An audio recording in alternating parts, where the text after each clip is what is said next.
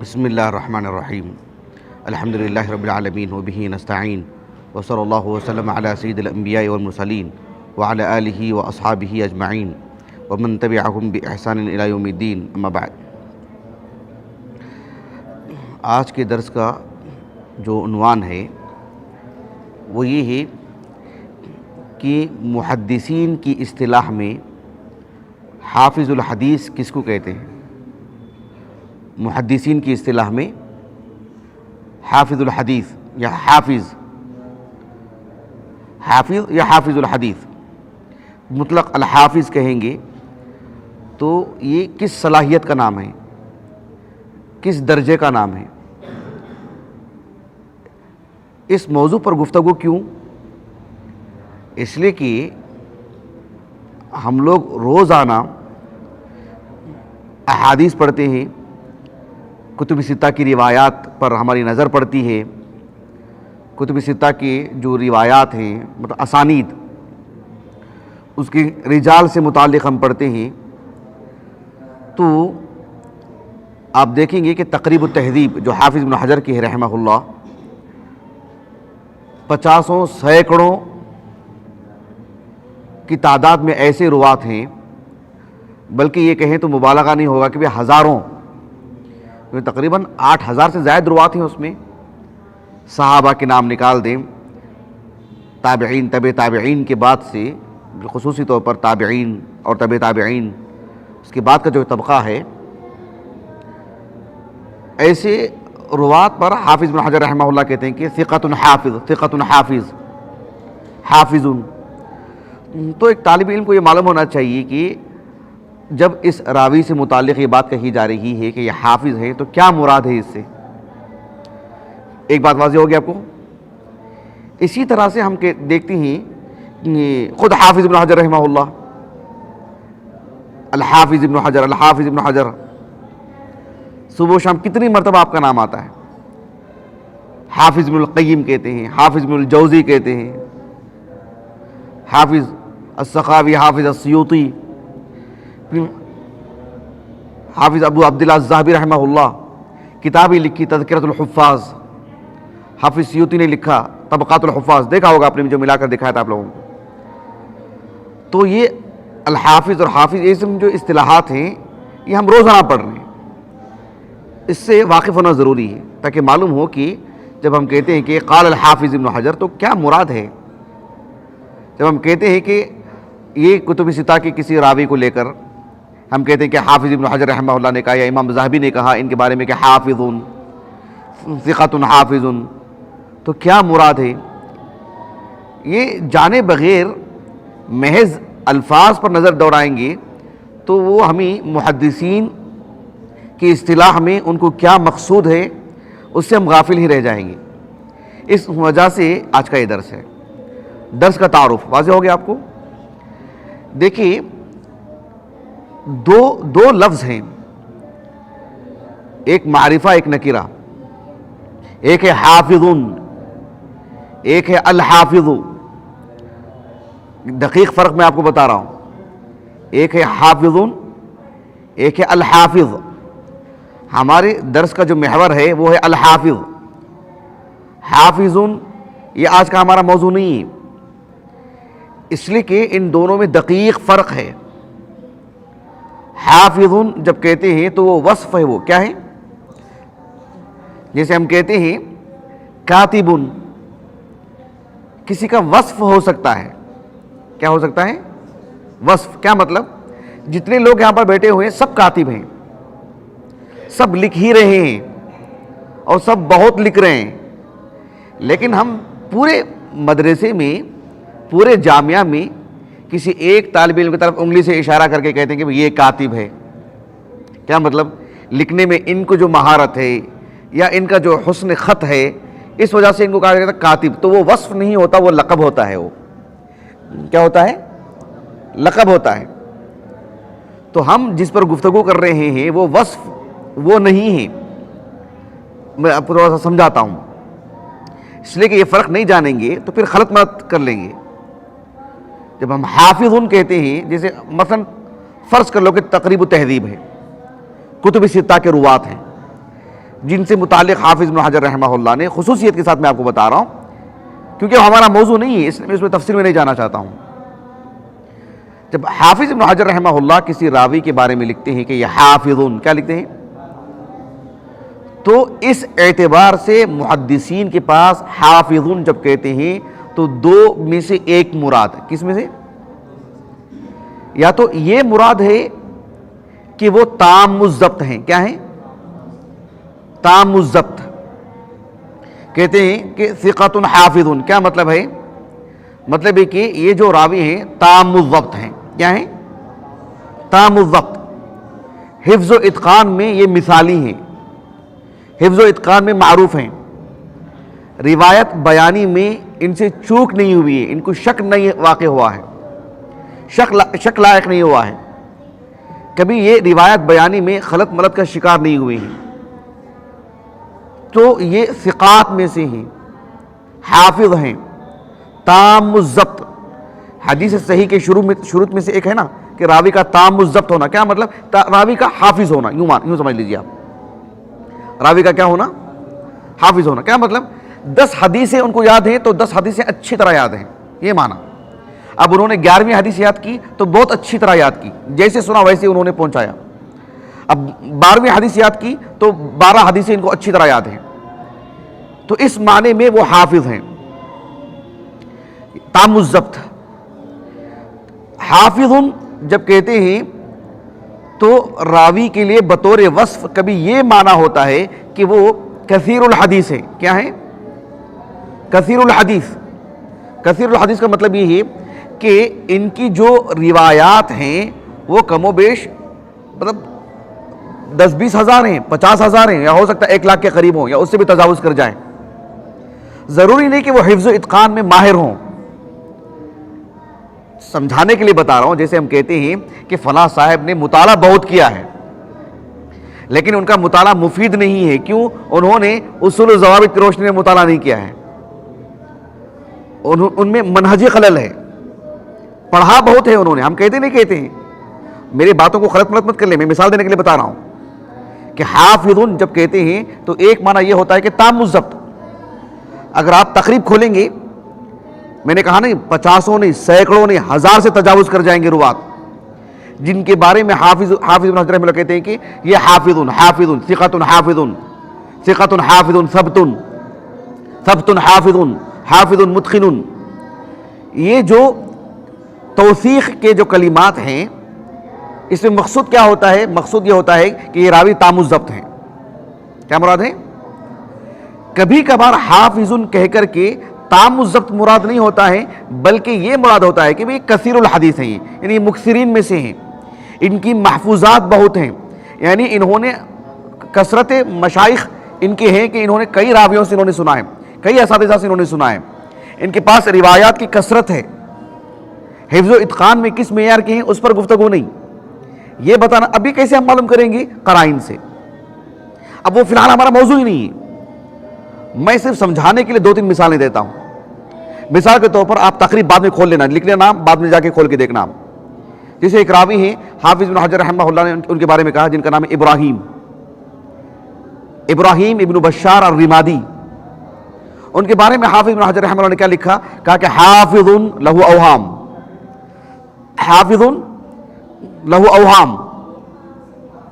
ایک اور راوی ہیں جن کا نام کے بارے میں اگر میں بتاؤں کہ ابن حجر نے کیا کہا ہے تو مسئلہ اور واضح ہو جائے گا۔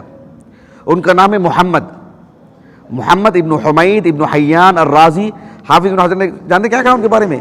کہا کہ حافظ ضعیف۔ دکھنے میں تضاد نظر آ رہا نا آپ کو؟ حافظ ضعیف، یا تو آپ کو یہ ماننا پڑے گا کہ وہ حافظ ہیں یعنی تام الضبط ہیں، اور ضعیف کس اعتبار سے؟ عدالت کے اعتبار سے۔ یہاں وہ مراد نہیں ہے، یعنی حافظ اور ضعیف ایک ساتھ کہہ رہے ہیں ابن حجر رحمہ اللہ محمد ابن حمید ابن حیان الرازی کے بارے میں۔ مقصود کیا ہے؟ یہ حافظ کیا مطلب؟ کثیر الحدیث، اور ضعیف من قبل حفظی، یہ معنی اس کا۔ بحیثیت حفظ و اتقان میں وہ ضعیف راوی ہیں، لیکن انہوں نے ان کی جو روایات ہیں وہ کثرت سے ہیں، تو حافظ ضعیف۔ سمجھ میں ہے کیا بات آپ کو؟ مشکل ہو رہی ہے؟ ایک اور راوی ہے معروف نام حجاج ابن ارطاط۔ امام بخاری رحمہ اللہ نے تو الادب المفرد میں لائے ہیں ان کو، ان کی روایات، لیکن کتب ستہ کی سبھی کتابوں میں ان کی مرویات، امام مسلم بھی ان کی اخراج کی.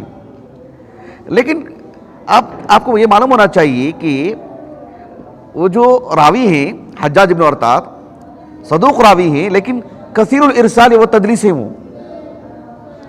اس کے باوجود بھی امام احمد بن حنبل رحمہ اللہ نے ان کو کیا کہا کہ کان من الحفاظ. کیا کہا؟ کان من الحفاظ. مقصود کیا ہے وہاں امام احمد بن حنبل رحمہ اللہ کو؟ مقصود یہ ہے کہ ان کی محفوظات، ان کی روایات کثرت سے ہیں، وہ تام الضبط ہیں، یہ معنی مقصود نہیں ہے. سمجھ میں آتا آپ کو؟ تو حافظ جو نکرہ ہے نا، اس میں مقصود کیا ہوتا ہے؟ یا تو تام الضبط مقصود ہوتا ہے، یا اور اکثر یہی، یا یہ بھی مقصود ہوتا ہے کہ ان کو یہ مطلب کثرت روایات. ایک راوی ہیں جن کا نام ہے سعید بن بشیر، ان کے ایک معاصر ہیں، وہ تو جلیل القدر عالم دین ہے، ابو مسہر، علی بن مسہر. وہ تو امام بخاری رحمہ اللہ کی صحیح کی روایت میں سے، صحیح بخاری کی روایت میں سے، شیخین کی روایت میں سے ہیں. تو ابو مسہر رحمہ اللہ ان کا نام لے کر کے کہتے ہیں کہ کان لم یکن من جندنا احفظ منہ. کہتے ہیں کہ ہمارا جو حلقہ ہے، جیسے ہم کہتے ہیں کہ ہماری کلاس میں، ہمارے ہم سبق دوستوں میں ہم کہتے ہیں نہیں، کہا کہ لم یکن من جندنا احفظ منہ، اور فوراً کہتے ہیں وہو ضعیف منکر الحدیث. کیا بھئی تضاد نہیں ہے ظاہر میں؟ یہ ہم کو تضاد کب نظر آئے گا؟ جب ہم اصطلاحات سے جو اصطلاحات ہیں محدثین کی، اس سے اگر ہم غافل رہیں تو کیا مقصود ہے ابو مسہر کو رحمہ اللہ؟ کہتے ہیں کہ لم یکن من جندنا احفظ منہم، یعنی کثرت روایت کی اگر بات کریں تو ہمارے ہم سبق افراد میں ان سے زیادہ کثیر الحدیث کوئی نہیں ہے، لیکن من قبل حفظی اگر بات کریں تو کہا کہ وہ ضعیف منکر الحدیث. اچھی طرح بات واضح ہو گئی. تو حافظ جب کہتے ہیں تو دو معنی مقصود ہوتے ہیں، ایک بطور وصف کے، ایک کثیر الحدیث، ایک تام الضبط. اور یہ ہم قرائن سے معلوم کریں گے. آج کے ہمارے اس موضوع میں یہ بات خارج ہے، غلط ملت آپ نہ کر لیں، اس لیے میں نے آپ کو یہ مثال دیا. آپ کو ہمارے موضوع کا حصہ کیا ہے؟ الحافظ. الحافظ جب کہتے ہیں یہ وصف نہیں ہے، یہ ہے لقب. سمجھ رہے ہیں آپ؟ جیسے ہم کہتے ہیں کہ ہم نے کسی کو کوئی بات کہہ دی، وہ یاد کر لیا اور سمجھ لیا. ایک آدمی کو پوچھو ان کا نام کیا، ان کا نام کیا، سب کے نام بتا دے گا وہ. ہم بولیں گے کہ بھی عالم ہے یہ. کیسے؟ سب کے نام معلوم ہے، سب چیزوں کے نام معلوم ہے، راستے معلوم ہے. یہ تو وصف ہوا نا. لیکن جب ہم کہتے ہیں معاشرے میں عالم دین، تو یہ وصف ہے کیا؟ ایک لقب ہے، یہ ایک رتبے کا نام ہے، یہ ایک مقام کا نام ہے، یہ ایک درجے کا نام ہے، یہ ایک فضل کا نام ہے. یہ سمجھنا ہے آپ؟ تو ہمارا جو موضوع ہے وہ کیا ہے؟ حافظ نہیں ہے بلکہ الحافظ ہے. یہ فرق نہیں سمجھیں گے تو ہم مزید پوری گفتگو کریں گے، پھر نتیجہ یہ نکلے گا کہ غلط ملت کے شکار ہو جائیں گے. اس لیے میں نے یہ باتیں آپ کے سامنے رکھی ہیں. اب اصل موضوع آپ کے سامنے پیش کروں تو ہمارا موضوع یہ ہے کہ محدثین کی اصطلاح میں الحافظ یا حافظ الحدیث سے کیا مقصود ہے. یہ محدثین کے لیے ایک لقب ہے، ایک لقب ہے. لیکن لفظ محدث وہ بھی ایک لقب ہے، الحجہ وہ بھی ایک لقب ہے، المحدث وہ بھی ایک لقب ہے. لیکن المحدث جب ہم کہتے ہیں تو اس سے بھی بڑا لقب ہے یہ. جب ہم کہتے ہیں کہ الحافظ، حافظ بن حجر رحمہ اللہ کے جیسے ہم کہتے ہیں کہ وہ محدث ہیں، ہاں صرف محدث نہیں، وہ تو الحافظ بھی ہیں. وہ صرف محدث نہیں بلکہ وہ تو حافظ بھی ہیں، حافظ الحدیث. مطلب کہ اس سے بھی بڑا رتبہ ہے، اس سے بھی بڑا مقام ہے الحافظ. واضح ہو گیا آپ کو؟ بلکہ آج کی اس علمی دنیا میں مطلق جب ہم کہتے ہیں نا شیخ الاسلام، میں نے ایک تحریر لکھا تھا کہ شیخ الاسلام سے کون کون ملقب رہے ہیں، لیکن مطلق جب شیخ الاسلام کہتے ہیں نام لیے بغیر تو کون مراد ہوتے ہیں؟ شیخ الاسلام ابن تیمیہ رحمہ اللہ مراد ہے. ویسے ہی مطلق جب ہم کہتے ہیں کہ قال الحافظ اور نام ذکر ہم نہیں کرتے ہیں تو کون مراد ہیں؟ حافظ بن حجر رحمہ اللہ. تو اندازہ لگائیے کہ آپ حافظ بن حجر رحمہ اللہ، ہم نے ان کو ایک مثال دی بس آپ کو. تو یہ جو حافظ جو لقب ہے صرف محدثین کے لیے ہے. نحویین کے لیے، بلاغیین کے لیے، اصولیین کے لیے، فقہاء کے لیے، دیگر علوم شرعیہ یا علوم عالیہ کے جو ماہرین ہیں ان کے لیے نہیں ہے، ادبا کے لیے نہیں۔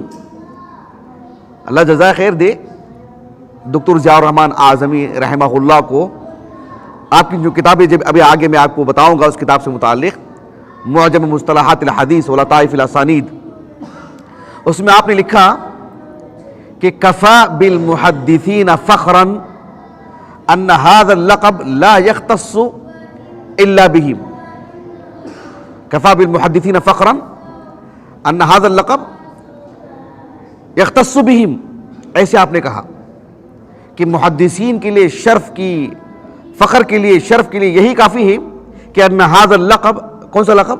الحافظ، کہا کہ يختص بهم، صرف محدثین کے لیے ہی خاص ہے یہ، دوسروں کے لیے نہیں۔ کہا کہ ولا يقال للغوی او النحوی مهما بلغ في علمه ومعرفته انه حافظ، کسی نحوی کے لیے، کسی لغوی کے لیے، کسی ادیب کے لیے علم و معرفت میں وہ آسمان کو چھوتا ہو لیکن ان کو حافظ نہیں کہیں گے۔ حافظ صرف محدثین ہی کا لقب ہے، جو ان ایک بڑا لقب ہے، اس سے بھی جو اعلیٰ لقب ہے۔ البتہ الحافظ کہتے کس کو ہیں یہ میں آپ کو چند اہل علم کے اقوال کی روشنی میں بتاؤں گا۔ سب سے پہلے دکتر ضیاء الرحمن اعظمی رحمہ اللہ، انہوں نے یہ کتاب ترتیب دی، یہ کتاب جو ہے محدثین، یعنی جسے میں لسان المحدثین کیا کہتے ہیں، لسان المحدثین، اسے لسان الاطباء بھی ہوتی ہے، وہی سمجھتے ہیں وہ، ہم نہیں سمجھ سکتے۔ حتیٰ کہ عمارت بنانے والے جو ہوتے ہیں ان کی اپنی ایک زبان ہوتی ہے، زمین کی خرید و فروخت کرنے والے ہوتے ہیں ان کی اپنی ایک زبان ہوتی ہے۔ ہر ایک جو ہے یعنی ہنر کی صلاحیت اور متعدد جو میادین ہیں، ہر میدان سے جڑے افراد کی اپنی ایک زبان ہوتی ہے، بالکل ویسی محدثین کی ان کی اپنی زبان ہے۔ اصطلاحی طور پر انہی کی زبان میں اس لفظ کو سمجھنا ہے، یہی ہے دیانتداری، یہی ہے علم و تحقیق۔ اس سے ہٹ کر کے سوچیں گے تو پھر ایک نیا راستہ اختیار کر لیں گے وہ۔ تو محدثین کی اصطلاح میں الحافظ جب کہتے ہیں، یا محدثین کی اصطلاحات جو ہیں کسی بھی لفظ کے لیے، اس کو آپ نے یکجا کیا۔ شیخ ضیاء الرحمن اعظمی رحمہ اللہ نے متعدد اصحاب علم کے اقوال نقل کیے ہیں۔ حق تو یہ ہے کہ ہم اوپر سے آئیں، قدیم علماء کے حوالے سے بیان کریں، لیکن میں آپ کو دکتر ضیاء الرحمن اعظمی رحمہ اللہ کے حوالے سے بتاتا ہوں کہ انہوں نے کیا لکھا ہے، تاکہ آسان لفظوں میں پہلے بات سمجھ لیں۔ دیکھیں انہوں نے کیا لکھا ہے، الحافظ لقب خاص للمحدثین، الحافظ لقب خاص للمحدثین وهو ان يكون عارفا بسنن رسول اللہ صلی اللہ علیہ وسلم۔ ایک تو رسول اللہ صلی اللہ علیہ وسلم کی احادیث سے وہ واقف ہو، ایسا نہیں کہ وہ گلدستہ حدیث ہو یا حصن المسلم ہو یا بلوغ المرام ہو، ایک طالب علم نے پڑھ لیا ہو، مشکات کے چند منتخب ابواب پڑھ لیا ہو، ایسا نہیں ہونا چاہیے۔ مطلب یہ کہ کتب ستہ پر اس کی نظر ہو، مسند احمد پر اس کی نظر ہو، سنن دارمی پر، پھر بعد کی جو کتابیں المعاجم الثلاثہ ہیں ابوالقاسم طبرانی کی، اور اسی طرح سے جو مسانید ہیں، سنن ہیں، مستخرجات ہیں، اجزاء ہیں، امام بیہقی کے سنن الکبریٰ ہے، المستدرک الصحیحین ہیں، 50 وقت سمجھ رہے ہیں آپ، جو متون ہیں نا دواوین السنہ جن کو کہتے ہیں، ان پر اس کی اچھی طرح نظر، احادیث رسول پر۔ ایسا نہ ہو کہ چند حدیثوں پر اس نے اکتفا کیا ہو، تو وہ تو شمار میں بھی نہیں ہوگا وہ۔ تو بات یہ ہے کہ ان یکون عارفا بسنن رسول اللہ صلی اللہ علیہ وسلم، صرف اتنا ہی نہیں، بصیرا بطرقها، بصیرا بطرقها، ایک ایک حدیث کی کتنے طرق ہیں، میں نے ابھی تیاری کر رہا ہوں اس کی، کافی میں نے چیزیں جمع کر لی ہیں، اور بالذات میں حافظ بن حجر رحمہ اللہ کی شخصیت کو رکھ کر کے وہ بتاؤں گا انشاءاللہ کہ کسی حدیث کے سبھی طرق یکجا کرنا، ایک تو یکجا کرنے میں کرنے کی اہمیت کیا ہے، اس کی ضرورت کیا ہے، اس میں کیا فوائد ہیں، نہ کرنے کے کتنے نقصانات ہیں، صرف حافظ بن حجر کی رحمہ اللہ شخصیت کو سامنے رکھ کر فتح الباری کی روشنی میں بتاؤں گا انشاءاللہ۔ تو یہ جو بات ہے بصیراً بطرقها، یہ بہت بڑی بات ہے۔ ایک ایک حدیث کہ کتنے طرق ہیں، ان طرق سے واقف ہونا. ہو سکتا ہے حدیث کے شواہد ہوں یا حدیث کے مطلب اس کی جو مطابعات جو ہوتے ہیں وہ ہوں. اس کی جو کثرت طرق ہے جس کو محدثین کی اصطلاح میں الاعتبار کہتے ہیں. الاعتبار یعنی کسی بھی حدیث کے جو متعدد طرق ہوتے ہیں، اس کی مطابعات، اس کی شواہد، اس کی جو حیت ہے اس پر نظر رکھنا، اس پر اچھی گرفت ہو. بات صرف ایک حدیث کی نہیں، سبھی احادیث کی. یہ بہت بڑی بات ہے، بہت محنت طلب کام ہے. یہ ہم آپ کو اس لیے بتا رہے ہیں تاکہ معلوم ہو کہ الحافظ جب کہتے ہیں تو دل میں ایک ہیبت آئے، ان کی عظمت آئے، ان کا مقام آئے، معلوم ہو کہ یہ کتنا بڑا رتبہ ہے. یہ کسی مدرسے سے فضیلت کیے ہوئے طالب علم کا لقب نہیں ہے، یہ کتنا عظیم لقب ہے. دنیا میں ایسے افراد کتنے کم ہیں، انگلیوں میں گنے جاتے ہیں. کتنے جلیل القدر شخصیات ہیں، اللہ نے کتنے عظیم جو ہے مطلب لقب سے نوازے ان کو، یہ معلوم ہونا چاہیے. اس لیے میں آپ کو یہ بات بتا رہا ہوں. ایسا نہ ہو کہ ہم آسانی سے کہہ کے نکل جائیں کہ وہ بھی حافظ حدیث ہیں، ایسا نہیں.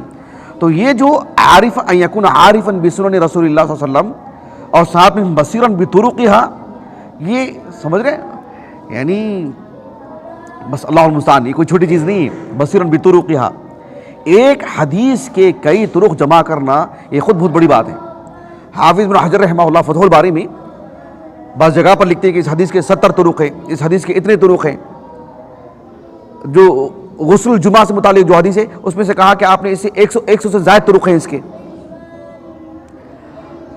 مسند ابی عوانہ میرے پاس ہے، اس میں آپ دیکھو، آپ نے عبداللہ بن عمر اور ان سے امام نافع سے پڑھنے والوں کی جو تعداد آپ نے بتائی ہے وہ تقریباً 70-80 کے قریب ہے. حافظ بن حجر رحمہ اللہ نے مزید اضافہ کیا، اس پر مستقل رسالہ لکھا آپ نے. حافظ بن حجر رحمہ اللہ کی شخصیت پر جو کتاب لکھی ہے نا حافظ سخاوی نے، الجواہر والدرر فی ترجمۃ شیخ الاسلام ابن حجر، اس میں حافظ بن حجر رحمہ اللہ کی جو تصانیف کو انہوں نے اکجا کیا ہے اس میں مستقل ایک شق انہوں نے یہ بتائی کہ کس کس حدیث کے آپ نے طرق اکجا کیے. کوئی آسان کام نہیں ہے. بصیرا بطرقھا، بہت بڑا کام ہے، بہت بڑا کام ہے. شیخ البانی رحمہ اللہ کی سلسلتین اگر آپ دیکھیں گے، ورق گردانی کریں گے تو آپ کو معلوم ہوگا کہ بھئی یہ کتنا بڑا کام ہے. بصیرا بطرقھا ممیزا لاسانیدھا یحفظ منها ما اجمع اہل المعرفۃ علی صحہ وما اختلفوا فیہ، یعنی کس حدیث سے متعلق اہل علم کا اتفاق ہے کہ ہاں یہ واقعتاً یہ سند صحیح ہے، یہ حدیث صحیح ہے، اور کس کس حدیث سے متعلق اہل علم کا اختلاف رہا ہے. امام ابو الحسن الدارقطنی رحمہ اللہ، ان کی العلل ہے، آپ ایک نظر ڈالیے، آپ کو اندازہ ہوگا اور آپ کو اس کا علم ہوگا، اس کی گہرائی کو کم از کم سمجھ پائیں گے. آپ ایک تصور تو آئے گا کہ آپ ایک حدیث کو لکھتے ہیں اور اس کے پھر اس کے جو طرق بیان کرتے ہیں، اس کا اختلاف بیان کرتے ہیں. ایک راوی ہیں، ان کے ایک تلمیذ ہیں، ان کے تلمیذ پھر جب اس روایت کو بیان کرتے ہیں تو کس درجے کا اختلاف واقع ہوا ہے. یہ سبحان اللہ، یہ ایک اللہ کی خاص توفیق ہے، ایک عجیب و غریب علم ہے. اس کو لفظوں میں بیان کرنا آسان نہیں ہے، اس کو ہم تصور میں لا نہیں پا رہے ہیں، سمجھا نہیں پا رہے ہیں. پڑھیں گے تب آپ کو معلوم ہوگا. اس لیے میں کہہ رہا ہوں کہ ایک نظر ضرور ڈالیں. میرے پاس ہے کتاب، آپ لے کے جائیں ایک نظر. تو یہ جو چیز ہے کہ یحفظ منها ما اجمع اہل المعرفۃ علی صحتہ، اس فن کے ماہرین نے کسی حدیث کی صحت پر اتفاق کیا ہو اور کس سے متعلق ان کا اختلاف واقع ہوا ہو، اس تفصیل سے واقف ہونا، اس کو جاننا، اس پر گہری نظر رکھنا، یہ سب جو ہے ایک کہلاتا ہے کہ فلاں شخص حافظ ہے. سمجھ رہے ہیں آپ؟ صرف ایک حدیث کو رکھ کر کے اگر ہم یہ جاننے کی کوشش کریں کہ اللہ کے رسول صلی اللہ علیہ وسلم کی کسی حدیث کو ہم لے لیں، اس حدیث کو لینے کے بعد حتیٰ کہ آپ صحیح بخاری کی پہلی حدیث لے لیجئے، اللہ کے رسول صلی اللہ علیہ وسلم سے روایت کرنے والے، صرف سننے والے نہیں، سننے والے بہت ہو سکتے ہیں، روایت جن سے ہم کو ملتی ہے وہ صرف عمر بن خطاب سے، حالانکہ انہوں نے ممبر پر سنائی اس حدیث کو. کتنے لوگوں نے سنے ہم کو نہیں معلوم، لیکن روایت جس سے ہم کو مل رہی ہے وہ تو علقمہ سے، اور علقمہ سے روایت کرنے والے محمد بن ابراہیم التیمی ہیں، ان سے روایت کرنے والے یہ سب منفرد ہیں، ان کا کوئی مطابقت کرنے والا نہیں ہے. لیکن جو محمد بن ابراہیم التیمی ہیں، ان سے روایت کرنے والے بھی بھلے ہی ایک ہیں یحییٰ بن سعید الانصاری، لیکن ان سے روایت کرنے والے بڑی تعداد میں ہیں جن کی تعداد 70 سے تجاوز کر جاتی ہے۔ اب ایک حدیث کو رکھ کر کے اندازہ لگائے کہ آپ اتنے روات سے متعلق آپ اتنی تفصیلات کیسے جانیں گے؟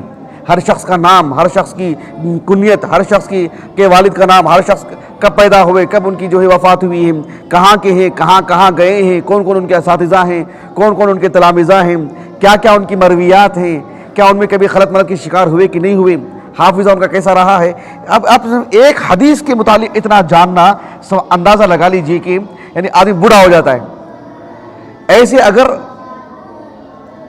40-50 ہزار حدیثوں کو اگر ایسا کی بات آئے، اتنی مقدار میں حدیثیں نہیں، میں مطلب حدیث کے جو طرق کی بات کر رہا ہوں، اتنی جو اسانید ہیں، کثرت اسانید کی جو میں بات کر رہا ہوں، تو اس پہ نظر رکھنا کیا معمولی بات ہے؟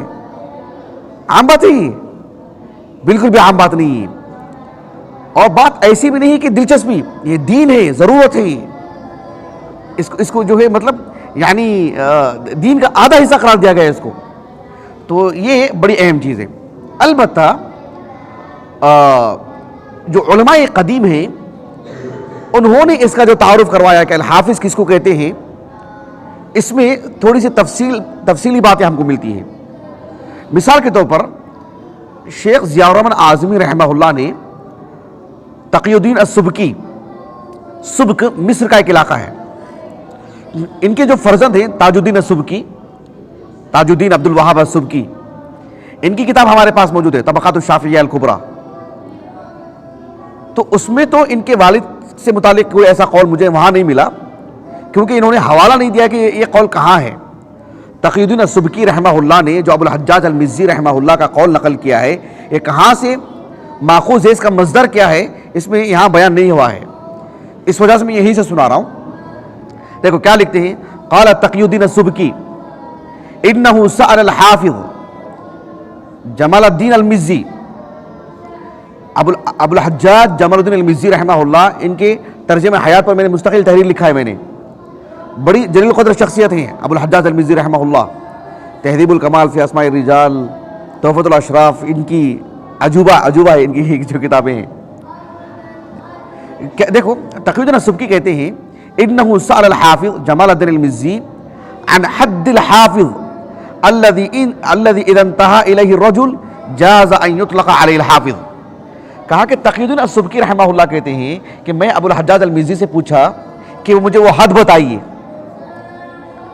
علم کا جو منتہائی علم ہے نا، جیسے ہم کہتے ہیں کہ بھائی کہ کم از کم فضیلت پڑھا ہوا ہو تو عالم ہے، جیسے ہم کہتے ہیں نا، سادس پڑھنے والے کو ہم عالم نہیں کہتے، فضیلت پڑھے ہاں یہ صاحب الشہادہ ہیں، صاحب علم ہیں، عالم دین ہیں، کہتے نہیں کہتے ہیں۔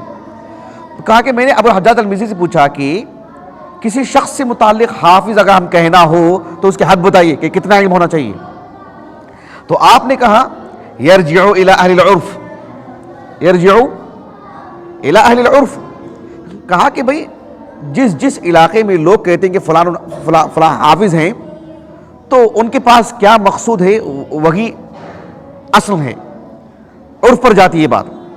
تو آپ نے کہا کہ وَأَيْنَ أَهْلُ الْعُرْفِ، اب ایسا رہ گیا، کہاں رہ گیا ایسے، اب کس بستی میں ایسے لوگ رہ گئے ہیں، جاننے والے کہاں رہ گئے ہیں، کہاں رہ گئے متقنین، یہ 8ویں صدی ہجری کی بات ہے، یہ قلیل جدا۔ اچھا ایسے لوگ تو بہت کم ہیں، کوئی تعریف بتائیے، کوئی جملوں میں بتائیے، کوئی تحریری بات بتائیے کہ اس کی اتنی حد ہے کہ یہ صلاحیت کسی میں ہو تو وہ حافظ الحدیث ہے۔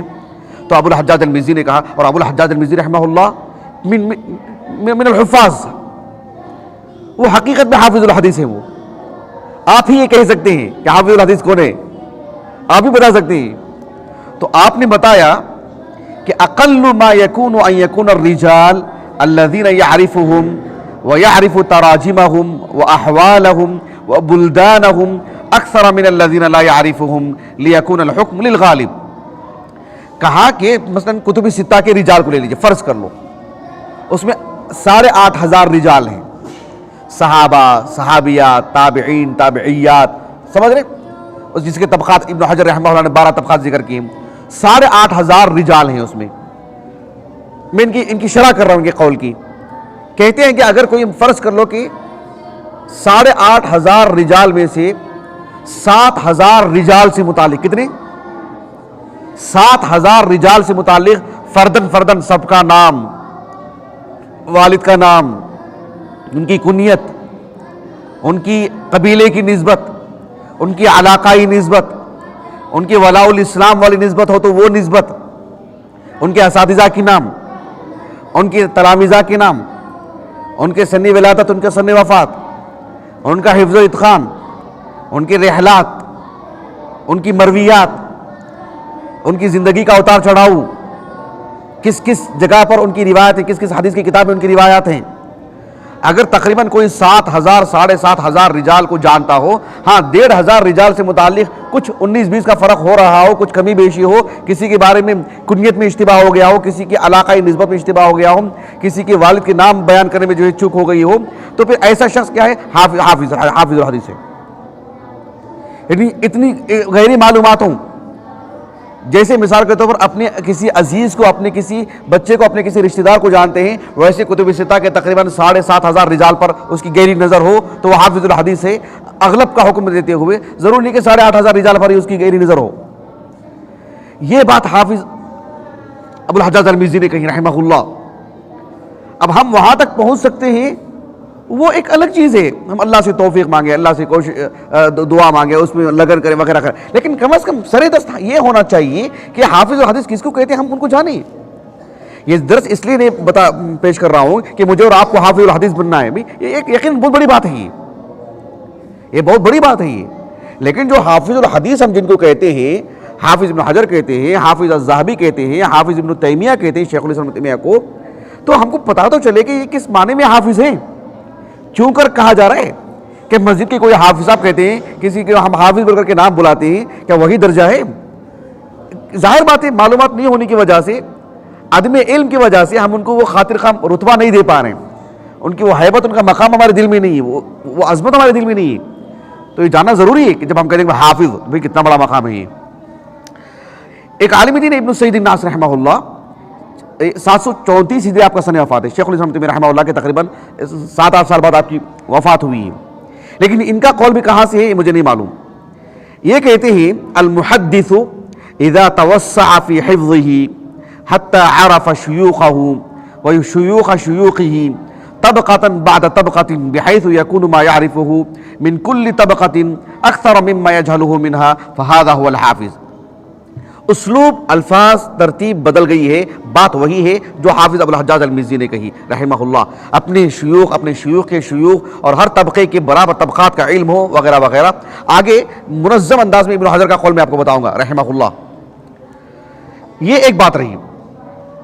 اس سلسلے میں جیسے کہ میں نے کہا کہ متعدد اصحاب علم نے اس بات کو کہنے کی کوشش کی ہے کہ حافظ الحدیث کہتے کس کو ہیں، لیکن حافظ ابن حجر رحمہ اللہ نے جس ترتیب کے ساتھ ایک منظم انداز میں نمبر وار کہ یہ اور یہ اور یہ اس طرح کی چیزیں ہونی چاہیے تو وہ حافظ الحدیث ہوگا، تو وہ حافظ الحدیث ہوتا ہے، اس کو حافظ الحدیث کہتے ہیں. یہ جو کتاب دیکھ رہے ہیں آپ، النکت علی کتاب ابن صلاح، حافظ ابن صلاح رحمہ اللہ کے جو مقدمۃ ابن صلاح ہے، دیکھا ہے آپ نے؟ خیر وہ کتاب اس میں ضم ہے لیکن پوری کتاب تو نہیں ہے. لیکن حافظ ابن حجر رحمہ اللہ نے اس پر آپ کی مفید تعلیقات ہیں جو النکت کے نام سے. النکت کس کو کہتے ہیں وہ بھی جاننا چاہیے. النکت وہ بھی ایک اصطلاح ہے کتابی شکل کے اعتبار سے. الحدیث الصحیح یعنی جو مقدمۃ ابن صلاح ہے نا، انواع علوم الحدیث، تو جو انواع بیان کی ہیں ابن صلاح رحمہ اللہ، اس میں حافظ ابن صلاح رحمہ اللہ نے النوع الاول جو بیان کی ہے وہ ہے معرفت الحدیث الصحیح. کہ الحدیث الصحیح کہتے کس کو ہیں؟ اس میں ایک گفتگو ہوئی ہے کہ الحدیث الصحیح جب کہتے ہیں تو سمجھ رہے ہیں آپ، یہ دقیق بات بتا رہا ہوں میں آپ کو. ایک مسئلہ یہاں پر زیر بحث ہے جس کے ضمن میں حافظ ابن حجر رحمہ اللہ نے حافظ الحدیث کس کو کہتے ہیں بیان کی ہے. کہا کہ ابن الصلاح رحمہ اللہ نے کہا کہ جو الحدیث الصحیح ہے نا، الحدیث الصحیح جب کہتے ہیں تو سبھی روات کا تام ضبط ہونا ہے نا، ہونا ہی نہیں ہونا ہے. لیکن جو مؤلف ہیں، جو روایات کو یکجا کر رہے ہیں، جو روایات بیان کر رہے ہیں. جیسے مان لیجیے کہ امام ابو عیسیٰ ترمذی ہے رحمہ اللہ، امام بخاری کو لے لیجیے، آپ کے الجامع الصحیح ہے. امام بخاری رحمہ اللہ کی جو الصحیح ہے وہ الصحیح ہے. امام بخاری رحمہ اللہ نے اس کا نام الصحیح رکھا. یعنی جب الصحیح کہتے ہیں تو حدیث صحیح کی شروط ہے نا، اس میں سے ایک شرط یہ بھی ہے کہ راوی کا تامُّ ضبط ہونا ہے. ٹھیک ہے، راوی کا تامُّ ضبط ہونا جسے ہم نے شروع میں بتا دیا تھا، جس کو ہم کہتے ہیں کہ حافظ، جو کہ ایک وصف ہے، جو کہ ایک وصف ہے. کیا وہ مراد ہے حافظ سے؟ ابن الصلاح رحمہ اللہ نے شرط لگا دی کہ سبھی روات کا حافظ ہونا ضروری ہے حدیث صحیح کے لیے. لیکن کیا مراد ہے؟ کیا جو اندرون روات ہیں سند کے اندر، کیا ان سب کا تامُّ ضبط ہونا ہے کہ حافظ ہونا ہے، یا جو مؤلف ہیں ان کا بھی حافظ ہونا ضروری ہے؟ تو مؤلف کو بھی اگر یہ شرط لگا دیں کہ وہ بھی حافظ ہوں، تامُّ ضبط ہوں، تو پھر یہ آسان نہیں رہ جاتا ہے، یہ معاملہ آسان نہیں رہ جاتا ہے. تو یہ دو چیزوں میں فرق کرنا ضروری ہے کہ کسی راوی کو جب آپ کہتے ہیں کہ تامُّ ضبط، تو اس معنی میں حافظ ایک الگ چیز ہے. لیکن ایک ہوتا ہے الحافظ، جسے ہم کہتے ہیں کہ یکون عارفا بسنن رسول اللہ صلی اللہ علیہ وسلم. حدیث رسول ہو سکتا ہے مکمل ساری حدیث انہیں یاد نہ ہو، لیکن انہیں معلوم ہو کہ یہ اللہ کے رسول کی حدیث ہے، اور یہاں سے یہاں تک کہ یہ لفظ کے ساتھ ہے، اس لفظ کے ساتھ نہیں ہے، اور سارے طرق کا انہیں علم ہو، اس میں پھر تمیز کر سکے وہ آسانی میں. فرق واضح اور آپ کو. تو اس بحث کو ذکر کرتے ہوئے حافظ ابن حجر رحمہ اللہ نے آخر میں ایک بات لکھی ہے جو میں آپ کو پڑھ کے سنا رہا ہوں.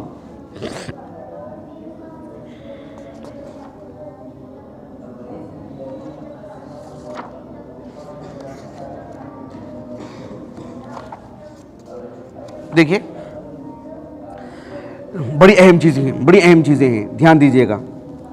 حافظ ابن حجر رحمہ اللہ کہتے ہیں کہ الحافظ، یہ النکت جو ہے، یہ جو میرے پاس ہے، میرے پاس اس کے دو نسخے ہیں. اس نسخے میں 54 صفحہ نمبر 50/4 بعد میں لکھ لیجئے آپ لوگ. حافظ ابن حجر رحمہ اللہ کہہ رہے ہیں، دھیان دیجئے گا، ابھی دھیان دیجئے گا، ابھی سنیے گا آپ لوگ. کہتے ہیں کہ الحافظ فی عرف المحدثین، کہا کہ للحافظ فی عرف المحدثین شروط اذا اجتمعت فی الراوی سموه حافظا.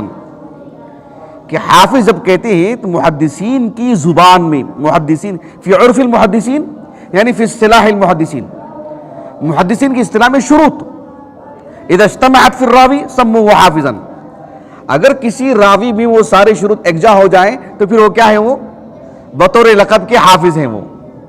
اچھا کیا ہے شروط؟ کہا کہ سب سے پہلی شرط یہ ہے کہ الشہرۃ بالطلب، الشہرۃ بالطلب والاخذ من افواہ الرجال لا من الصحف. کیا کہا؟ لا من الصحف. کیا مطلب ہے؟ سب سے پہلی شرط یہ ہے کہ جس کو آپ حافظ کہہ رہے ہیں ضروری ہے کہ ان کے مشائخ کی کثرت ہو، اہل علم سے انہوں نے علم لیا ہو، کتابوں سے نہیں. یہ بات اچھی طرح معلوم ہونا چاہیے. اگر آپ قدیم، میں نے ایک مرتبہ درس دیا تھا اس پر مستقل تفصیلی طور پر، جو ہمارا ایک درس تھا اس کا عنوان تھا کہ علمی رحلات، محدثین کے پاس علمی رحلات کی کیا اہمیت ہے. اس پر ہم نے ایک درس دیا تھا، یوٹیوب پر موجود ہے الحمدللہ. اس ضمن میں ہم نے ایک بات بتائے تھے کہ رحلات میں محدثین کو ایک مقصود یہ بھی تھا کہ کثرت مشائخ. آپ دیکھیں گے کہ امام بخاری رحمہ اللہ 1000 سے زائد اساتذہ، امام نسائی رحمہ اللہ اپنے اساتذہ پر انہوں نے کتابیں لکھی. امام نسائی رحمہ اللہ کے اساتذہ ہزاروں کی تعداد میں. امام حاکم رحمہ اللہ کے اساتذہ وہ تو اور بڑی 2000 سے زائد ہیں ان کے اساتذہ. امام حاکم رحمہ اللہ کے، امام حاکم کے اساتذہ کی بات کر رہا ہوں. امام بیہقی رحمہ اللہ، ان کے اساتذہ کی کثرت، اس پر السلسبیل مستقل کتاب ہی امام بیہقی رحمہ اللہ کے اساتذہ پر میرے پاس موجود ہے. خود حافظ ابن حجر رحمہ اللہ، انہوں نے اپنے اساتذہ کو آپ نے ایک جا کے قلم بند کیا آپ نے کہ کس کس سے پڑھا آپ نے، اور وہ کتاب معروف ہے، چھپ چکی، متداول ہے، شاملہ میں موجود ہے، PDF شکل میں مل جاتی ہے، بازار میں مل جاتی ہے. میرے پاس نہیں وہ کتاب. وہ تو ان کے سب اساتذہ کی تعداد 500 1000 ایسی، اتنی بڑی تعداد، ہر فن کے ماہرین متخصصین سے پڑھنے والے لوگ. ایسا نہیں ہے کہ ان کے پاس بہت بڑا مکتبہ تھا اور صرف مکتبے سے انہوں نے پڑھ لیا ہو, صرف کتابیں پڑھ لیا ہو. یہ تو بہت بڑا عیب ہے, بہت بڑا عیب ہے. آج سوشل میڈیا کے اس دور میں آپ دیکھو خاص کر سلفی علماء کو کتنا نقد کرتے رہتے ہیں ان لوگوں پر جو صرف نیٹ سے پڑھتے ہیں یا کسی کا درس سن کے پیش کر دیتے ہیں, یا نیٹ پہ کچھ لفظ ڈالیں گے تو سارا مواد مل جاتا ہے, اس کو پڑھ لیتے ہیں, اس کو لوگوں کے سامنے پیش کر دیتے ہیں, ممبر پر بھی چڑھ جاتے ہیں, لوگوں کو ایک جا کر کے دروس بھی دے رہے ہیں لیکچر کے نام سے. کیا کچھ نہیں کر رہے ہیں. اہل علم کیوں نقد کر رہے ہیں ان پر؟ اس لیے کہ یہ صرف حافظ اور حدیث ہونے کے لیے عیب ہے, ایسا نہیں. فی نفسی ہی ایک طالب علم کے لیے عیب ہے, یہ ایک مدرس کے لیے عیب ہے یہ کہ اس کا اساتذہ نہ ہوں, اس نے کسی سے پڑھا نہیں ہے. خیر وہ ہمارا موضوع نہیں, میں موضوع سے نہیں ہٹنا چاہتا ہوں, اس پر ہم نے بھی کافی کہا ہے الحمدللہ. لیکن یہاں مقصود یہ ہے کہ حافظ بن حجر رحمہ اللہ نے کہا کہ للحافظ فی عرف المحدثین شروط اذا اجتمعت فی الراوی سموه حافظا. سب سے پہلے شرط کیا بتائی آپ نے؟ الشہرۃ بالطلب والاخذ من افواہ الرجال لا من الصحف. اساتذہ کے سامنے باادب بیٹھ کر کے وہ علم حاصل کرنے والا ہو اور اس میں ایک طویل وقت نکالا ہو اور کثرت سے اس نے پڑھا ہو متعدد اساتذہ سے, یہاں سے وہاں تک گیا استاد سے پڑھنے کے لیے, استاد کے سامنے بیٹھ کے پڑھا ہو. من افواہ الرجال, اس میں مشہور و معروف ہو. یہ جب تک بات نہیں آئے گی حافظ الحدیث کے لیے, ادنا طالب علم کے لیے بھی یہی ہے. حافظ الحدیث کے لیے ابن حجر نے بات بتائی. دوسری شرط المعرفۃ بطبقات الرواة و مراتبہم. مثلا میں آسانی کے لیے سمجھانے کے لیے بتا رہا ہوں, کتب ستہ کے رجال سے متعلق جو کتابیں کتب ستہ کے رجال ہوں یا کتب ستہ کے مؤلفین کی جو دیگر کتابیں ہیں جو اس میں ملحق ہیں, ان روات سے متعلق جو کتاب ہے تقریب التہذیب کو سامنے رکھ لیتے ہیں آسانی سے سمجھنے کے لیے. کتاب بھی متداول ہے, سمجھنے کے لیے بھی آسان ہے, کتب ستہ ہم لوگ پڑھتے رہتے ہیں. آپ دیکھو جو کتاب ہے کیا نام بول رہا تھا میں, تقریب التہذیب. تقریب التہذیب میں حافظ بن حجر رحمہ اللہ نے جو سبھی تقریباً 8,500 روات ہیں ان کو آپ نے دو طرح سے تقسیم کی ہے. کتنی طرح سے؟ ایک ہے طبقات الروات. طبقات کا تعلق کس سے ہوتا ہے؟ زمن سے, زمنی ترتیب. پہلا طبقہ صحابہ پہلا طبقہ ہے, اس کے بعد تابعین کے 4 طبقات ہیں. سب سے پہلے کبار تابعین, اس کے بعد اوساط تابعین, اس کے بعد الطبقہ التی تلی الوسطی من التابعین, اس کے بعد صغار تابعین. یہ تو 5 طبقے ہو گئے. پھر 6واں طبقہ ہے جو الطبقہ السادسہ ہے الذین عاصروا صغار التابعین.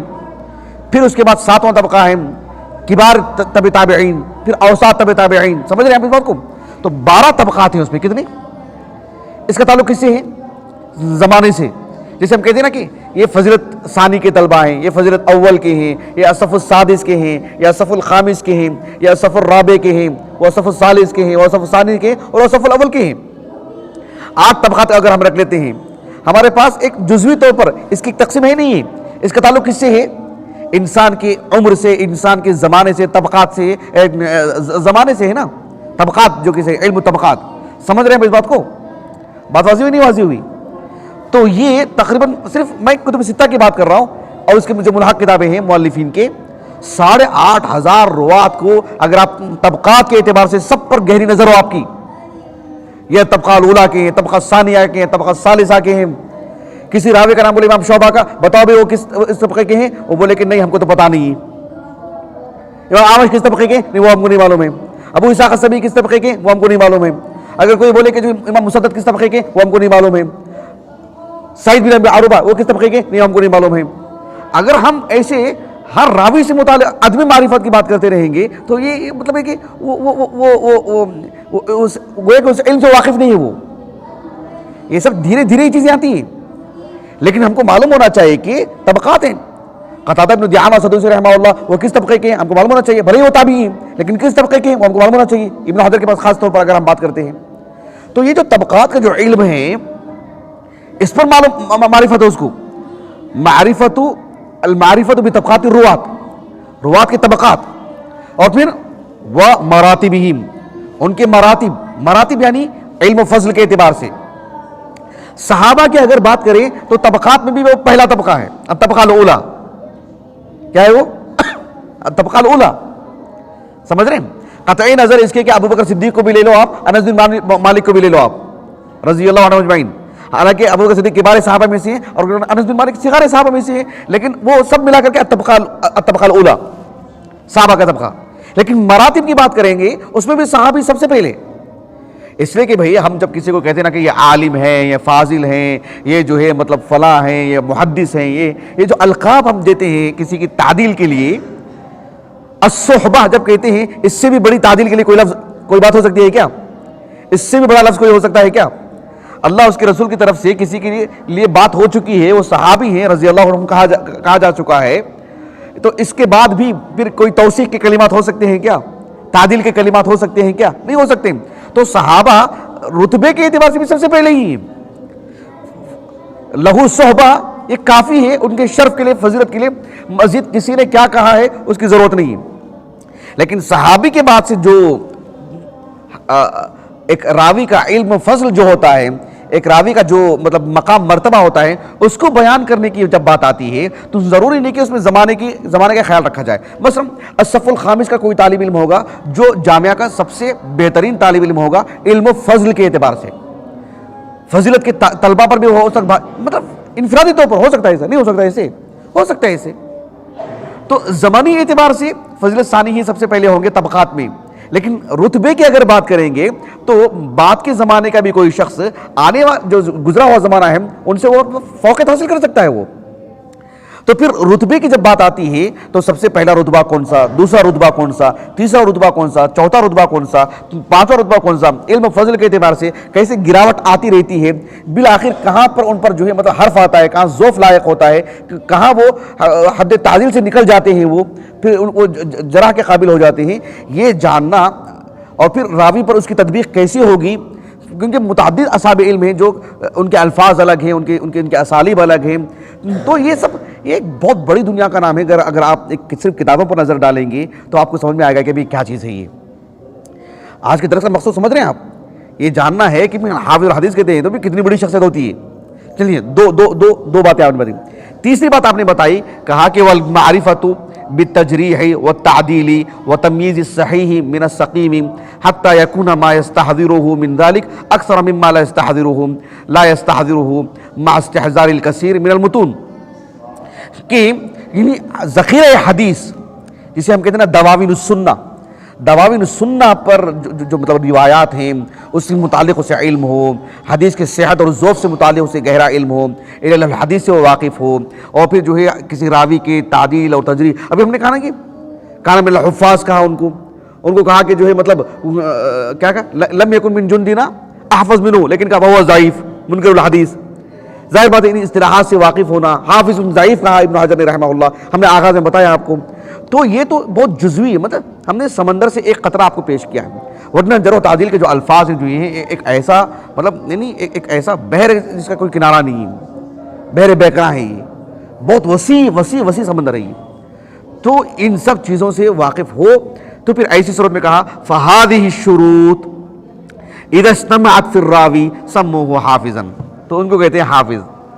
واضح ہو گیا آپ کو؟ معروف حفاظ جیسے نام ہے مثلا یہ بہت بڑی تعداد میں ہے. مثلا آپ دیکھو کہ ابو زرع الرازی ہیں، ابو حاتم الرازی ہیں، امام علی بن المدینی ہیں، یحییٰ بن معین رحمہ اللہ ہیں، کتب ستہ کے مؤلفین ہیں، امام بخاری، امام مسلم، امام احمد بن حنبل رحمہ اللہ ہیں. یہ سب معروف حفاظ ہیں جو اس لقب کے مطلب ایک معیاری علماء ہیں. تو آپ جب اس پس منظر میں جب ان کو دیکھیں گے تو ایک لگے گا کہ وہ ہاں یہ حافظ ایک بڑے عالم دین ہیں. یہ کس درجے کے یہ معلوم ہوگا آپ کو. بات واضح ہو رہی ہے آپ کو؟ خطیب بغدادی رحمہ اللہ کا ایک قول بہت مشہور ہے اس سلسلے میں. میں کتاب نہیں لایا، میں ابو عبداللہ الذہبی رحمہ اللہ نے سیر اعلام النبلاء میں پیش کیا ہے اس قول کو. آپ نے اس میں کہا کہ خطیب بغدادی کا قول نقل کیا اس میں، لیکن میں نے تاریخ بغداد کھول کے دیکھا، میں میرے پاس موجود ہے، تاریخ بغداد لایا ہوں میں. اس میں ابو حازم جن کا نام ہے عمر بن احمد بن ابراہیم جو عبداللہ بن مسعود رضی اللہ عنہ کے خانوادے کے ہیں، ابو حازم کنیہ سے مشہور ہیں. ان کا ترجمہ حیات میں تاریخ بغداد میں پڑھا میں، اس میں وہ قول نہیں ملا مجھے، لیکن سیر اعلام النبلاء میں وہ قول ہے کہ خطیب بغدادی رحمہ اللہ کہتے ہیں اپنے دور میں کہ لم ارى احدا طبق علیہ، یہاں پر طبقہ کا لفظ ہے لیکن میں سیر اعلام النبلاء میں دیکھا تو اطلقہ کا لفظ ہے، کہا کہ لم ارى احدا اطلق علیہ اسم الحافظ غیر رجلین ابو نعیم و ابو حازم العبدوی۔ وہ اپنے دور کی بات کہہ رہے ہیں کہ جو ہے مطلب الحافظ کا جو لفظ ہے ہم نے صرف 2 ہی لوگوں پر وہ اس کو جچتا ہوا دیکھا، 2 ہی لوگوں پر، ایک ابو نعیم الاصبہانی، ان کی کتاب ہے ہمارے پاس معرفت الصحابہ، معرفت الصحابہ ان کی کتاب میرے پاس موجود ہے، اور حلیۃ الاولیاء وہ بھی کتاب ان کی میرے پاس موجود ہے الحمدللہ، دونوں کتابیں۔ تو ایک تو ان سے متعلق کہا کہ ایک یہ لفظ ان پر صادق آتا ہے، اور دوسرا ابو حازم یعنی عمر ابن احمد ابن ابراہیم عبدوی العبدوی، کہا کہ ان پر یہ لازم آتا ہے، صادق آتا ہے لفظ۔ یہ آپ نے اپنے دور کے علماء سے متعلق بات کہی ہے، ورنہ آپ سے پہلے بھی بہت حفاظ رہے ہیں، اور خطیب بغدادی بھی حافظ ہے، خطیب بغدادی رحمہ اللہ بھی اس معنی میں، اس تناظر میں، حافظ ابن حجر بھی وغیرہ وغیرہ رحمہ اللہ اجمعین۔ بہرحال میں اپنی بات کو ختم کرتا ہوں، آخر میں ایک بات بتا دیتا ہوں، وہ یہ کہ سیر اعلام النبلاء میں ایک نصیحت امام ابو عبداللہ الذہبی رحمہ اللہ نے کی ہے، ایک صاحب ہیں جن کا نام ہے عثمان ابن خرازاز، عثمان ابن خرازاز، یہ جو مؤسسۃ الرسالہ کا ہے، جلد نمبر 13 اور صفحہ نمبر ہے اس کا 380، بعد میں دیکھ لیجیے آپ، شاملہ میں بھی موجود ہے نسخہ۔ یہ ابو عبداللہ الذہبی رحمہ اللہ نے حافظ الحدیث کون ہوگا، کیسا ہوگا، کیا چیزیں ہیں اس میں، اس کو بتاتے ہوئے آپ نے ایک اچھی بات کہی، بطور نصیحت کی یہ بات سمجھنے کے لیے بہت اچھی ہے۔ کیا کہتے ہیں ابو عبداللہ الذہبی رحمہ اللہ؟ کہتے ہیں الامانۃ جزء من الدین، یہ کوئی مطلب منضبط تعریف نہیں ہے، حافظ الحدیث کس کو کہتے ہیں اس کے لیے تعریف ہے، اتنی تعریف نہیں، آپ نے بہت وسعت دی ہے اس میں، بہت ساری چیزیں ضم کر دی ہیں، لیکن سمجھنے کے لیے بڑی عمدہ ہے۔ میں آپ کو عبارت پڑھ دیتا ہوں، سنیے، ترجمہ نہیں، صرف عبارت۔ ابو عبداللہ الذہبی رحمہ اللہ کہتے ہیں الامانۃ جزء من الدین، الامانۃ جزء من الدین والضبط داخل فی الحذق فالذی یحتاج الیہ الحافظ، کیا مطلب؟ فالذی یحتاج الیہ الحافظ یعنی حافظ الحدیث، اس میں کیا کیا صلاحیت ہونی چاہیے، کیا کیا خوبیاں ہونی چاہیے، وہ بتا رہے ہیں۔ فالذی یحتاج الیہ الحافظ ان یکون تقیا ذکیا نحویا لغویا، زائی سے ذکیا حییا سلفیا یکفیہ ان یکتب بیدہ 200 مجلد، ایسے 200 مجلد لکھنا ہو، یکفیہ ان یکتب بیدہ 200 مجلد ویحصل من الدواوین المعتبرہ 500 مجلد، جیسے صحیح بخاری، صحیح مسلم، سنن ترمذی، سنن ماجہ اور المسند الصحیحین، مسند احمد، مسند دارمی، ایسے حدیث کے تقریباً 500 دواوین السنہ اس کے پاس ہو، کتنے؟ 500 دواوین السنہ ہو، وَيُحَصِّلَ مِنَ الدَّوَاوِينِ الْمُعْتَبَرَةِ 500 مجلد، وَأَلَّا يَفْتُرَ مِنْ طَلَبِ الْعِلْمِ إِلَى الْمَمَاتِ، فضیلت تک پڑھ کر کے چھوڑ کے بھاگنا نہیں ہے، وَأَلَّا يَفْتُرَ مِنْ طَلَبِ الْعِلْمِ إِلَى الْمَمَاتِ بِنِيَّةٍ خَالِصَةٍ وَتَوَاضُعٍ، یہ سب ہو تو ٹھیک ہے، وَإِلَّا فَلَا يَتَعَنَّى، کوئی کرانے کی دکان کھول کے بیٹھ جائے اس میدان میں نہ آئے، وہ حافظ الحدیث نہیں ہے۔ یہ بات آپ نے کہی ہے، سبحان اللہ رحمہ اللہ، یہ کوئی منضبط تعریف ہے کیا؟ نہیں، لیکن آپ نے اس کو وسعت دیا اور بتایا کہ کیا بات ہے، حافظ الحدیث کے لیے کیا چیزیں ہونی چاہیے۔ تو یہ بات ہے حافظ الحدیث سے متعلق، اسی وجہ سے اس درس کو جو ہے میں آپ کے سامنے رکھا ہوں۔ درس واضح ہے نہیں واضح ہے؟ سب کو واضح ہے؟ ٹھیک ہے، میں اپنی بات کو ختم کرتا ہوں۔ اللہ تعالیٰ سے دعا ہے کہ اللہ رب العالمین جو اللہ کی شریعت کو، رسول اللہ علیہ وسلم کے احادیث کو، آپ کی سنتوں کو، اس کی حفاظت کے لیے اللہ تعالیٰ نے جن اعاظم رجال کو اللہ نے کھڑا کی، ان کو ایسا حیرت زدہ حافظہ عطا فرمایا، اور انہوں نے اپنی صلاحیتوں کا استعمال اللہ کے دین کی افادت کے لیے کی، اللہ ان سب سے راضی ہو۔ اللہ دین کی حفاظت کے لیے ان کی جو قربانیاں ہیں اللہ تعالیٰ سے قبول فرمائے. اللہ سبحانہ و تعالیٰ دین کا ہم کو بھی خادم بنائے. سبحانک اللہم و بحمدک اشہد ان لا الہ الا انت استغفرک و اتوب الیک.